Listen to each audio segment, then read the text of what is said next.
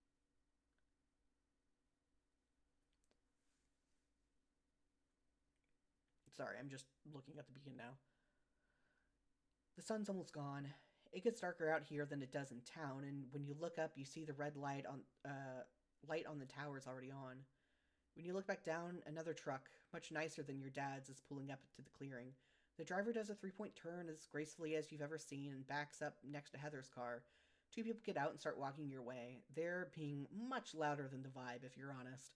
This is also when, I don't want to like super. I like pointing out that who wrote what because it's my project and I like it. And this is Matt's stuff. Matt wrote. So I wrote, almost all of Heather and Taylor, and Matt wrote basically all like of these two, of Sam and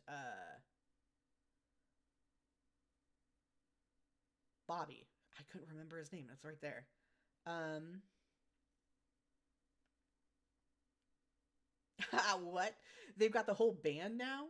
Yells a voice you know well. Yeah, you gotta check it out. You should come over and play sometime. My sister doesn't want to play with me. Sam is finally here, and to your surprise, he's brought Bobby with him. The two of them stop in front of your cooler, and Sam says, "What's up?" With a grin you can't quite see, but you know it's there. You and Sam go way back. You remember the day you met. Um, yeah, let's do this one. This is the one that got added later, so I didn't read it as much as the other ones. Sam's parents owned a gas station off the highway. It's the closest place for a lot of people in town to get basic groceries unless they want to drive 30 minutes into the next county. So real. As a result, you spend a lot of time there as a kid. Um, we had like a convenience store, a gas station that had some groceries, and then we had a quote unquote grocery store that like had some stuff. And the original owners like would go like travel like 2 hours to the nearest Costco or Sam's Club or whatever and buy shit in bulk and resell it. And then it got taken over by someone else for reasons I don't remember, and it got a lot worse where there's like a lot of expired shit and everything. So we pretty much had to drive like 30 minutes to get to a freaking actual grocery store. There's a Dollar General out there now. It's a booming town. As a result, you spend a lot of time there as a kid. Once, your dad took you there and had a conversation that was far too long for you to stay interested. Sam waved at you from behind the counter and took you to the back room where he had a PlayStation hooked up to a tiny TV. You don't know how long you were there. It couldn't have been long, but the way time stretches out when you're a kid, it felt like hours. You and Sam were friends ever since. Unlike Sam, Bobby is new, at least to this group. Hey, he says, looking directly at you in a way that's kind of intimidating. Got any more blankets? Heather gestures to you sitting on the cooler. All out, she says before you can open your mouth. You give her a questioning look. What? We don't have any more. I could have put that up there. I don't know. Or this down here. Bobby looks between the two of you. It's chill if you don't. And this is if you had gotten out of the truck, if you weren't anxious about Heather not being there, you would have come out with a blanket, and this would have had a different option. Taylor moves her folding chair a little farther away to make room for the blanket, and you grab out of your truck and unfurl on the grass between her and Heather. You always made sure to grab a larger one since Sam usually forgot to bring anything for himself, but Sam and Bobby sit close enough next to each other that you can fit comfortably on the overlap between it and Heather's. Heather seems pleased with the arrangement at least. You don't know Bobby that well, but you do know him, obviously. He's the captain of the basketball team. He used to date Liz Brown. His parents own half the town. Yeah, his parents own half the town. Bobby's family is rich, like rich, rich. You don't really know what they do, but it's something about real estate. The truck Bobby drove up in, the nice one, that's his, not his parents'. Bobby is always missing random Fridays because his family has to fly places like New York and LA for the weekend. You wonder why they live in a place like this. That always is astounding to me whenever I'm out in the middle of fucking nowhere and there's like this huge fucking house. I'm like, there's nothing here. Go like why would you want to be here? It's not like they have a farm or anything, right? It's just a huge house. In any other town, Bobby's not the kind of guy you'd spend any time with, but this town is too small to avoid people for a reason like that. He and Sam have been hanging out a lot the last few months, and you kind of enjoy his company sometimes. Bobby rubs his hands together. So, what do y'all do out here? This, mostly, says Taylor without looking up from her notebook. Yeah, it's great. Taylor brings the music, I bring the beers. Oh, that's me. Yeah, it's great. Taylor brings the music, I bring the beers if I can get them, you say.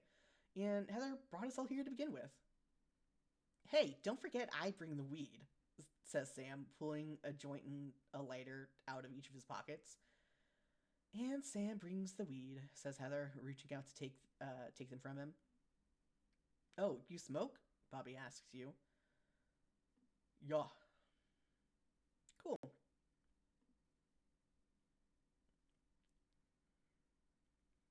You look around at the group in the light of the low beams on Heather's car. Taylor is still focused on her drawings. Sam leans back on a blanket and stares at the radio tower. Beside you, Heather lights the joint and takes the first hit. Bobby is looking around, and for the first time, you think he looks kind of uncomfortable. Um,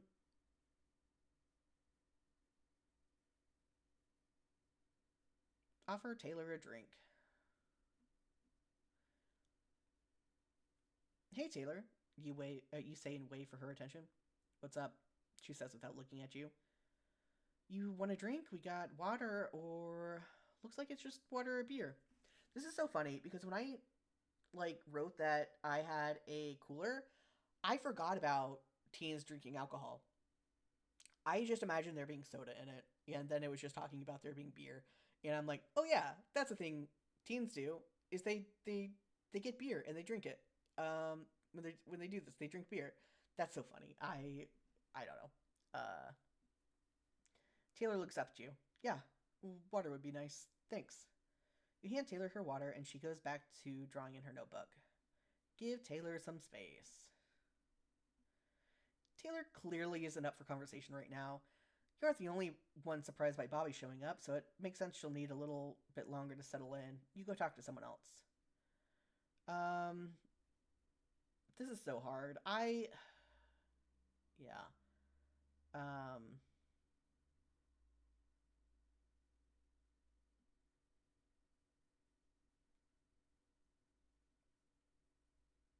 Sorry, I wish that we would have written this to where we would get the description of the group again. It's just this is the only option. This is the only time where you go back. Um, like the others, you just do it, right? So again, we only had a week and 2 days to do this, so it just I don't know. This is why I have a hard time playing my own shit because I'm like, I wish I would have done this differently. This is hard though. Um,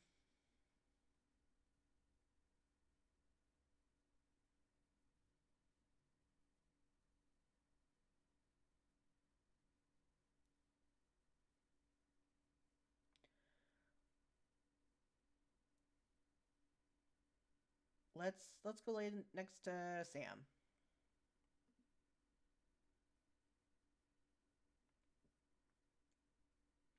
You lay down next to Sam, shoulder to shoulder. Hey nerd, you say. Sup freak, he pokes back, nudging with his elbow. You both stare up to the top of the tower. The red light breathes steadily at the top. You watch it long enough for your eyes to unfocus. What do you think it's for? You ask. What? The light up there. Or the light up there. Oh, it's an aircraft obstruction light. Sam doesn't hesitate. It's to prevent airplanes from running into it. You make a face he can't see. How the hell do you know that, Sam? My uncle's a pilot. Sometimes he takes my dad and me up in his Cessna when we're visiting for Thanksgiving. How had you never known that? That's really cool. Yeah, it's cool as hell. Sam hums along to the music and waves his hand in the air as if he were leaning out the car window. Then he turns on his side, lays his head on his elbow, and looks at you. Hey, do you think Bobby is cool? Uh, I mean, Sam corrects you before you can finish the thought. Not like popular cool. Like, do you think he fits in with us? You lean up a little and try to look at Bobby without him noticing. I mean, I guess so. I don't really know him well, I guess. I'm still surprised he wants to hang out with us at all. That's cool, I think. Sam leans back on his back, staring up at the red light again. Yeah, it is. About half an hour ago, Bobby remembered a tarp he had in his cab. Now all five of you are sprawled out on the ground drinking, listening to Taylor's CDs, talking about nothing. Well, Sam and Heather are wildly speculating about the next season of Lost. Heather's been trying to get you to watch it with her for forever, but every time you try, you get too confused. I've got to be home by 11, Taylor says, looking back at the boombox. Last call for music. She nods to Heather before turning back to her notebook. Her parents are pretty strict, so she never gets to hang out as late. Heather stands up and points into the air. In that case, she begins flipping furiously through the CD binder again. You see Bobby chuckle, and Sam gets up to get another drink. Heather puts in a CD.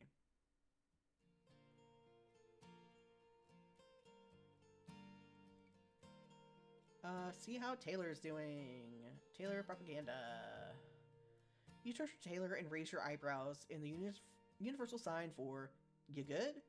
She does seem to be more relaxed than before, at least, and not just because of the beer. She shrugs with a smile, the universal sign for, yeah, I'm doing alright, then looks behind you and tilts her head, the universal sign for, so what's up with that? You do your best to subtly look back. Sam has grabbed his water from the cooler and is beelining it back to Bobby.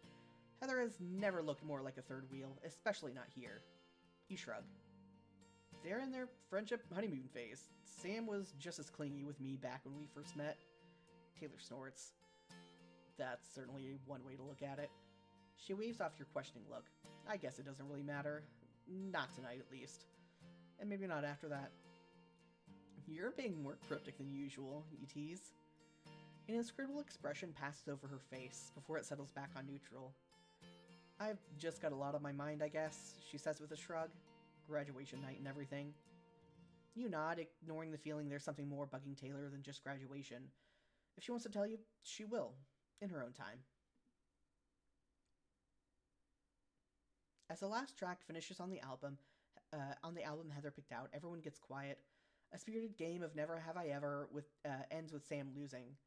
It's been a great night. You're glad you spent tonight with your friends rather than at some graduation party where you just leave early anyway. It's easier to get lost in a place like that than it is out here in the middle of nowhere. Taylor checks her watch and stands up to start gathering her things. Wait, Heather says, Heather sounds almost panicked. Everyone turns toward her. Is everything okay? You ask. She looks self-conscious at the attention and chews on her lower lip. She looks pleadingly at Taylor, then the rest of the group. When are we going to see each other again? The air immediately turns uncomfortable. Taylor is clutching her arms to her chest and looking away. This sort of thing happens, she says. Heather. No, sorry. I skipped a line because I looked over at the chat. It doesn't have to, Heather protests. She turns towards you. Don't you think so? She would have another line here if you talked to Heather in the last one. Or in the first one. I forget. In either of them, I think. Heather, you begin. Promise me you'll come back, she interrupts. She turns to the others. All of you. Promise me, 10 years from today, no matter what we have going on in our lives, you'll all come back here. She points up to the blinking red lights of the radio tower and takes a shuddering breath. We'll use this as our guiding light, and we'll find our way back to each other. You go up and hold her hand in your own. I promise, you say. Sam joins you, placing his hands on top. Of course I promise, he says with a wobbly grin. Bobby hesitates for a moment, then adds his hand to the pile. I promise, if you'll have me. I think if you talked to Bobby in the last one, this line changed. I forget. Heather smiles warmly. Of course we will. Sam's grin widens. The four of you look expectantly at Taylor, who hasn't moved. She looks at you consideringly for a moment and gives a small smile and places her hands on top. Yeah, I promise to. Again, if you hadn't talked to Taylor, this line changed. If you tried to push Taylor in the first one, that changed. I'm giving spoilers if you guys like want to replay this, but whatever. If you guys want to do your own thing, but I like talking about the things I make and explaining behind the scenes. So whatever. Heather looks between the four of you with misty eyes. Thank you. She sniffles, then lets go of your hands, breaking the pile. Let me help you pack your things, Taylor. There wasn't a whole lot to pack, really, so it doesn't take long for Taylor to be loaded up and ready to go. She has the door open and...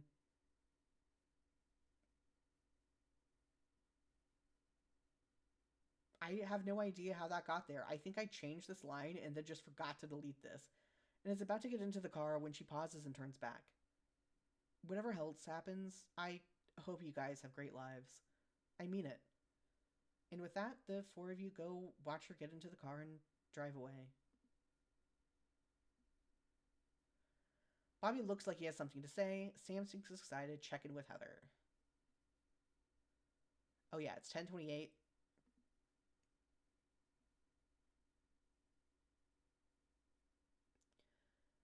Heather's sitting on the tarp, staring up at the tower. You sit next to her and nudge her with your elbow. Hey. She smiles at you, then turns back to the tower. Hey. You stare at the tower too. The regular blinking of the light is mesmerizing.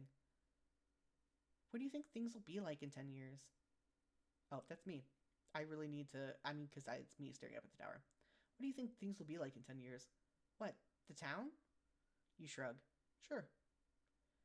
She leans back on her hands and thinks. I can't imagine it changing. Maybe that's part of the problem. Or part of my problem, she says wryly. The sign for Joe's Diner will fade a little more. The roads will have a few more potholes. I probably had something there. Sorry, I'm pointing out all my mistakes. But Joe will still be behind the counter giving coffee to 10-year-olds. You both laugh. I think this line would have changed. Oh, that's probably what it is. I probably had... This is a line for conditions depending on your first thing, so I just messed up the formatting for that. But even if everything changes, Heather continues, I'm glad we had this place. I'm glad I had you. She takes your hand and squeezes it. You squeeze it back. Yeah, me too.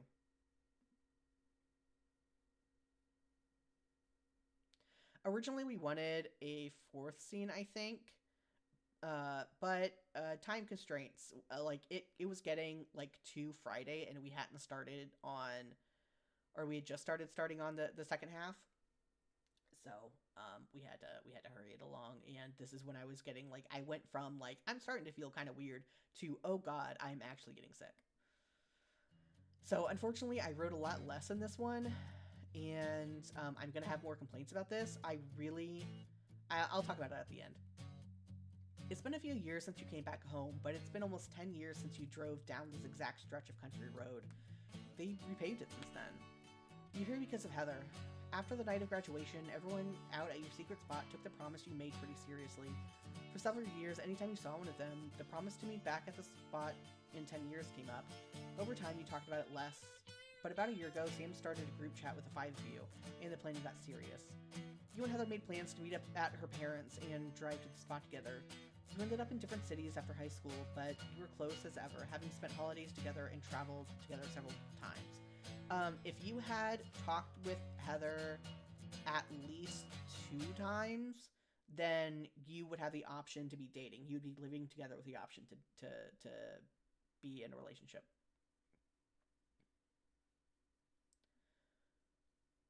We're getting close, I think. It looks different out here. She's right. It looks way different out here. For one, there's a big metal fence on the side of the road where the radio tower is. You don't know how long it goes, but as you round a corner, you can see the tower off in the distance. At least there's one thing that's familiar. The closer you get, though, the more worried you become. The fence isn't ending. Did they fence it off? Don't the Russells still own this land? You pull off the road as you arrive. There's a gate here now, and it's locked. Someone is leaning against it. It's a man. It's a man. One so familiar to you now, but so unrecognizable compared to the last time you saw him here. Heather runs up to him as soon as you park the car. John, hey, I'm so glad you made it, she squeals, embracing him. I told you I would, he says, hugging back with an ease he never had before. You hug him as well. It's good to see you. He smiles. Same to you. It's almost odd to think that you ever knew him as anyone besides John. With every year, it gets harder to remember how he looked before, or his old name. Taylor had left the town the day after graduation. Her parents said she had filled her station wagon with all of her belongings that would fit and just left. No explanation, no goodbye, nothing. Apparently, she had been saving up more money from working at Joe's Diner than anyone had realized. It wasn't surprising, really, as much as it hurt that she didn't tell you. For the next several months, you kept tabs on her Facebook page, looking for any hint of activity, and poked and messaged her once every couple of weeks, just enough to let her know she was in your thoughts. But as time went on, you gave up any real hope of hearing from her again. And then one day you got a call from a number you didn't recognize. It was Taylor on the other end, but she sounded different, like she had a cold, or maybe she was losing her voice for how much it seemed to crack. When you commented on it, asking if she felt okay, she just laughed. And then she asked if you knew anything about transgender people. A lot of things suddenly made a lot of sense. John releases you from the hug, then gestures at the fence with his thumb. What's all this about? No idea, you say, looking up and down the road for a way in. When did this fence go up? Why did it go up? Should we call somebody? Asks Heather. Who would we even call, you say back. I don't know, Sam? He stuck around. He's the most likely to know how to get in. That's a good idea, you say. You open the group chat. So looks like we can't get to the tower. There's a gate, you send to your friends. On our way to you, Sam. This was hard. If you push Taylor at the beginning, she does not show up. So we had to contend with Taylor not being here. We also had to contend with, if you don't talk to Heather at all, she is meeting you with Sam, or she ends up meeting you at Sam, or where Sam is, rather than in the car with you. So it was a lot of variables to push in when we were crunching for time, like the last 2 days. This is Matt wrote so much of this, and I really let Heather's character growth and characterization kind of fall to the side because I wanted to get Taylor/John as good as I could, even though I don't know.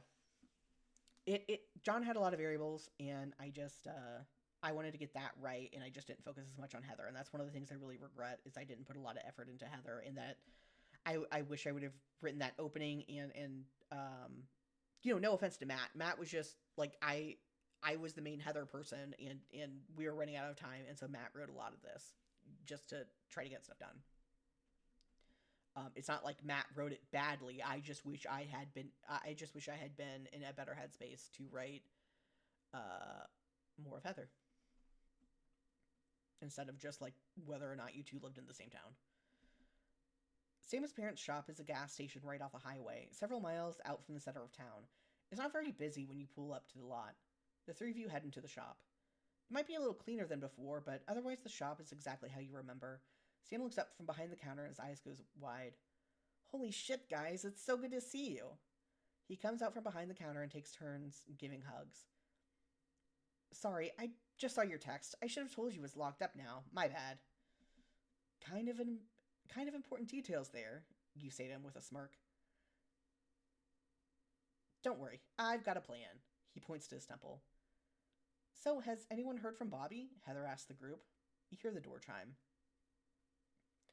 Yeah. Sorry I'm late, says Bobby, walking in tall and confident as ever. 10 years ago, you'd be surprised to know he was here for this. In real life, you're happy to see him. Bobby and Sammy dated for a bit after high school, but then Bobby left town to go to college. Sam stayed here working with his parents, like he always had. He and Bobby split up more to prevent further heartbreak than because anything was wrong, but they were different people now. Still friendly, but nothing more.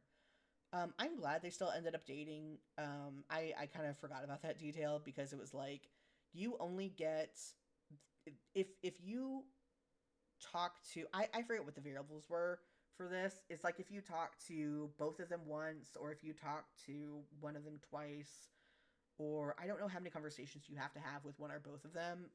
But there's a possibility for them to be here that Bobby um like bought the shop or something. I forgot exactly what, but they ended up running the shop together. Um if under certain conditions if you focused on them.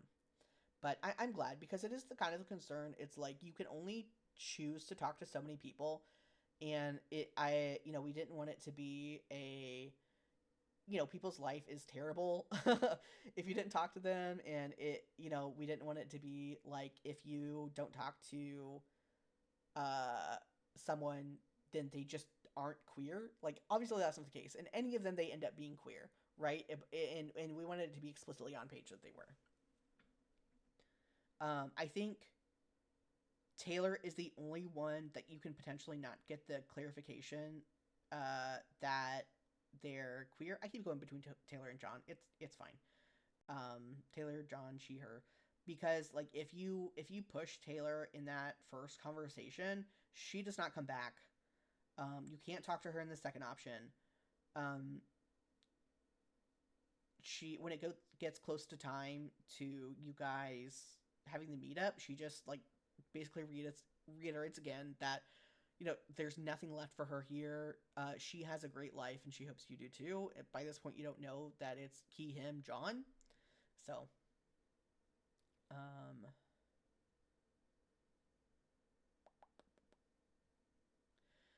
here, says Sam, I've got a couple more things to do before I can close the store. Take this, fill it up with whatever you want to take out there. It's on me. Just don't go too crazy, okay? You all take a walk through the store, grabbing snacks and drinks. Normally, the beers you'd grab would be higher quality than what you drink in high school, but it feels right to go back to old habits when you're home.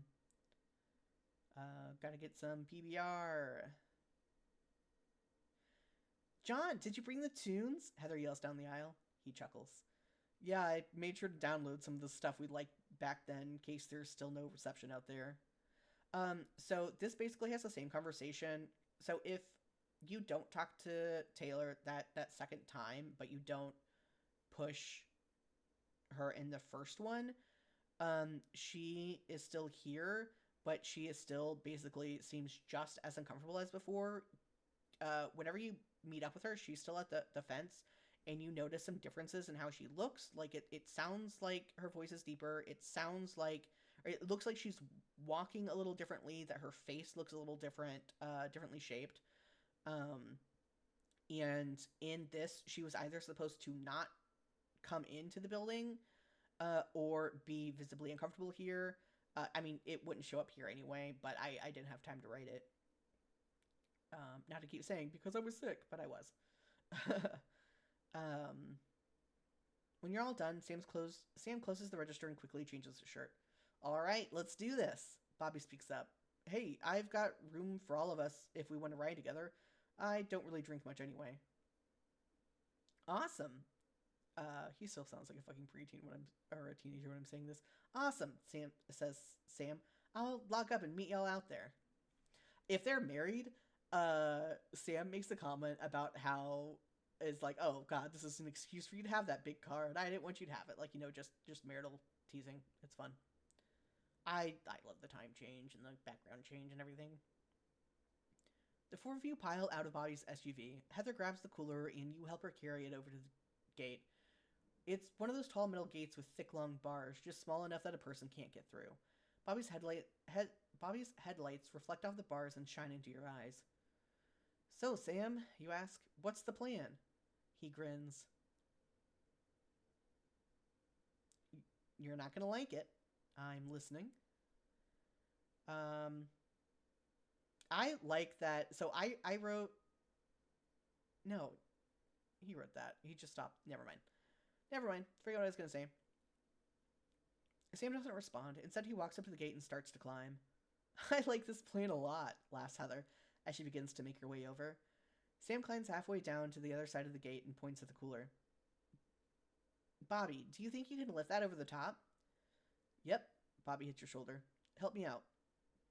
Bobby climbs halfway up. You lift the cooler up to him, and he gets over the top of the gate with a single arm. He gets it over the top of the gate with a single arm. Sam and Heather tag team getting it onto the ground without breaking anything. You and John follow the rest of your friends over, and when you drop to the ground, elation echoes throughout the group. You're all laughing. It's great to be back. Oh, I did forget to say, whenever we were driving up, the initial plan was to have the song the player chose at the beginning to be playing over it. I just forgot to add that. One day I might like go back and edit some stuff. Like, obviously, I won't edit anything major without talking to Matt about it, but just like add that song in or some other shit. Um, but yeah.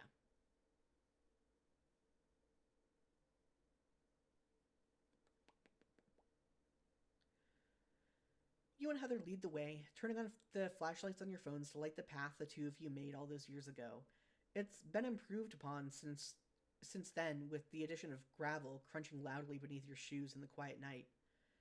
You almost don't need the flashlights. The blinking red light of the tower, meant to warn pilots away, instead draws the four of you in. When you reach the small oh yeah. So this is another formatting error with the comma being here because well, that, and I just messed up the space in it, but this only shows up if you had that conversation with Sam. When you reach a small clearing around the tower, you see the gravel extends around and underneath it. Ah, damn, I didn't think to grab blankets or anything, Heather bemoans. Not sure that would have done much to cushion us against the rocks anyway, you say. It's fine. Sitting on a little gravel won't hurt you, Sam says. But I guess you could always sit on the cooler if you're really too good for the ground, he teases as he and Bobby drop the cooler next to the tower. Heather sticks her tongue out of Heather sticks her tongue out at him, and the five of you laugh. You haven't seen her do that in years. You heard somewhere that getting back with your friends you knew in high school could pull out how you acted in high school, and you guess this is proof. You all get as comfortable as you can on the ground. You and Heather turn your flashlights off, and you lean back to stare up at the stars. They're not as bright as they used to be. The added light pollution from the growth of the town in the past decade washes out some of the sky. I can't find the Hydra constellation, John says mournfully. At least we can see the Big Dipper, Sam says. These two you get more context for if you talk to Heather at least 2 times, I think. Or maybe it's just the 3rd time. I don't know. At least we're here all together, Heather says. Sam snickers. I see you're still a cheese ball. I think she's allowed, you say. She's the reason we're here, after all. I guess, Sam relents with an exaggerated sigh. Want to play a game? Bobby asks abruptly. If John isn't here, then this line is different. And just like missing, and there's like something about John, and this is where, I think this is then where you get the thing about Taylor not being here. A lot of it is the same with Taylor disappearing, and then it is the follow-up of how much you tried to keep up with her and when you eventually heard back and everything. Sure, you say. What did you have in mind? The last time we were here, we played Never Have I Ever. It feels right to do it again, you know? It does feel fitting, and the 5 of you come up with prompts that high school you could never have dreamed of. Some more exciting, some more mundane. You laugh and drink and indulge in junk food like you haven't in years. You can't remember who won and who lost all those years ago, and you don't particularly care what the outcome will be this time. What matters is the 5 of you are together, and no matter what the future holds, you will all be able to find your way back to each other. You'll all be able to find your way back to each other. I'm endings are hard. I wrote like basically all of this. I can't remember if Matt edited anything. And originally I had another line there that was just like too on the nose. This is also where if you didn't talk to Taylor that second opportunity, this is where Taylor comes out as John. Also, thankfully, Matt noticed I had a lot of this in the past tense instead of just that part. Anyway, this is me way over explaining a game I made. A new concept for everyone. Oh, nice. I didn't notice that. Um. Oh, shoot. I was gonna go look at the.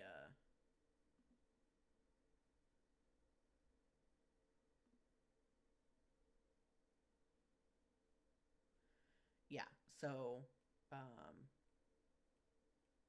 Alexander Morgan made the music. Me and Matt made the game. Matt did all the coding, basically. And then yeah, all the other stuff. Oh my god, I didn't even notice I had comments because I guess because it's not like technically mine. Like I'm on the thing. I guess I just don't get the comments for it. I'll have to look at that. Or I don't know. It doesn't super matter. Anyway, thank you for watching. Go check out these games. Especially the ones that I couldn't play and the music I couldn't listen to. I mean, I could have, but I didn't. Oh, these are sorted by popular.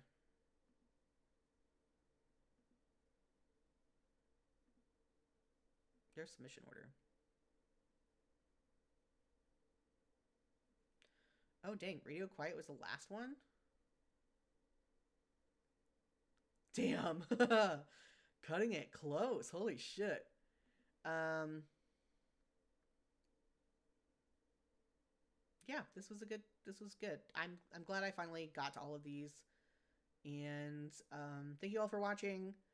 I, when if you're watching this on YouTube, I'll have the link, but I mean also it's up here. It's itch.io.